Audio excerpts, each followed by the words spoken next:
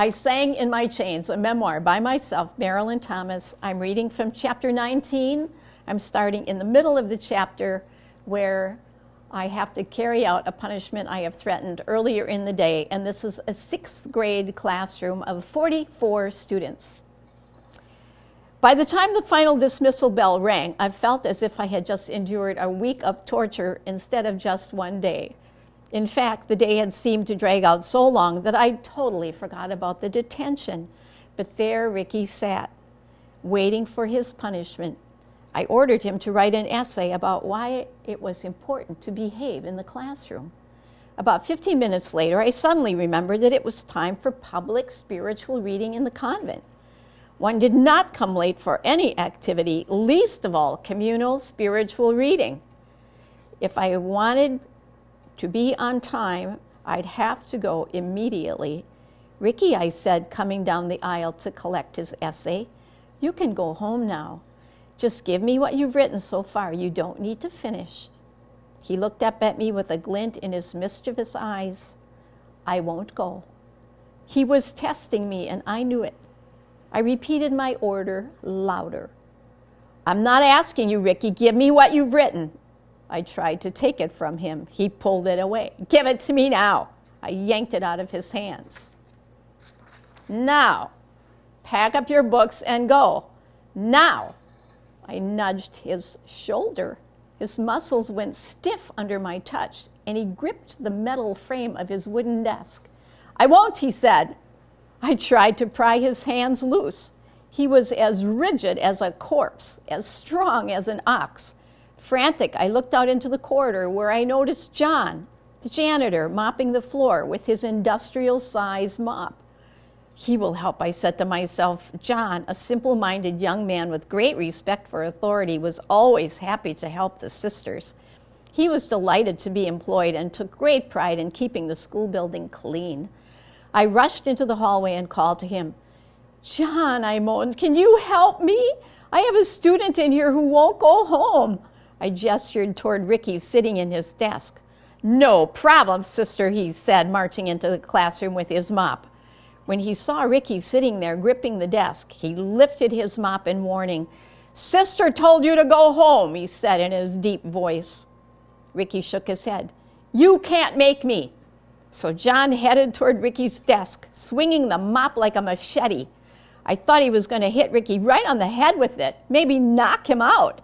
No doubt Ricky thought the same thing because he jumped to his feet, leapt onto the top of his desk, and took off at a run, leaping from desktop to desktop, racing up and down every row, John at his heels, swinging the mop, dust choking the air as it flew. Just when it looked as if things couldn't get any worse, everything stopped. The mop fell to the floor. Ricky dropped down into the seat of his desk. All eyes were on the doorway. Sister Daniel's black frame filled the entire opening, her hands on her hips, her teeth clenched, her jaw squared, the mole just above the left side of her mouth more prominent than usual. Exactly what is going on in here? She glared at me. Ricky won't go home, I said, my voice suddenly meek and mousy. She marched up to the desk where he sat, his eyes downcast. Is that true? She asked, breathing down his neck. No, sister, he whimpered. I'll go home. Ricky was again the meek, helpless little boy I had befriended on the playground. You certainly will.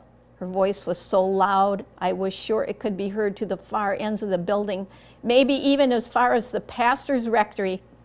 She grabbed him by his scraggly hair and dragged him down the hall into the little boy's room. When he came back, his hair was soaking wet. His spirit totally dampened as well.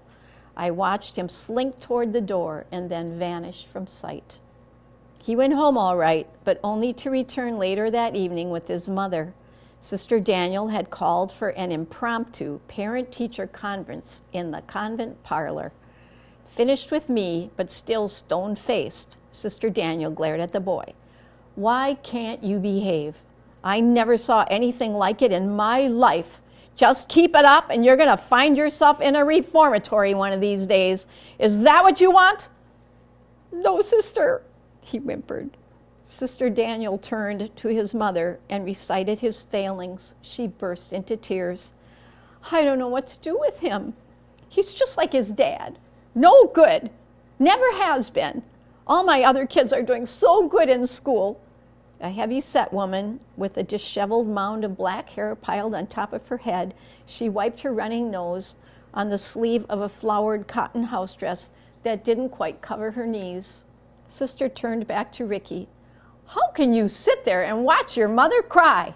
He bit his lip and said nothing.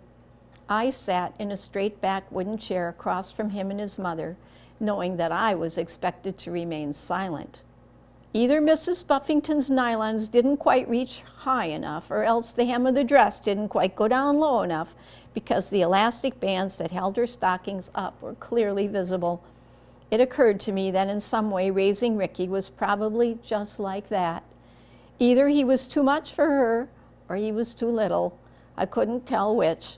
In any case, things weren't right in that family. Sister Daniel, who considered herself the authority in these matters, pronounced judgment. Spare the rod and spoil the child. That's what the Bible says, and that's what I believe. What do you think? The woman nodded. I've tried everything I know. Nothing seems to work. Of course, his dad don't come around much, so that don't help matters much. I noticed a network of varicose veins running up and down her legs, probably her thanks for bearing all those children. There were 12. Ricky sat looking as meek and mild as any lamb. I felt sorry for the whole family. Not that my opinion could do them any good.